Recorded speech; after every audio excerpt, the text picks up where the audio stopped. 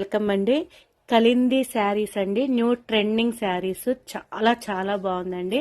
శారీ అయితే చాలా light weight గా ఉంది. ఫ్యాబ్రిక్ మాత్రం సూపర్ ఉందండి. అసలు ఎక్స్పెక్ట్ చేయలేము, అంత బాగుంది శారీ మాత్రం.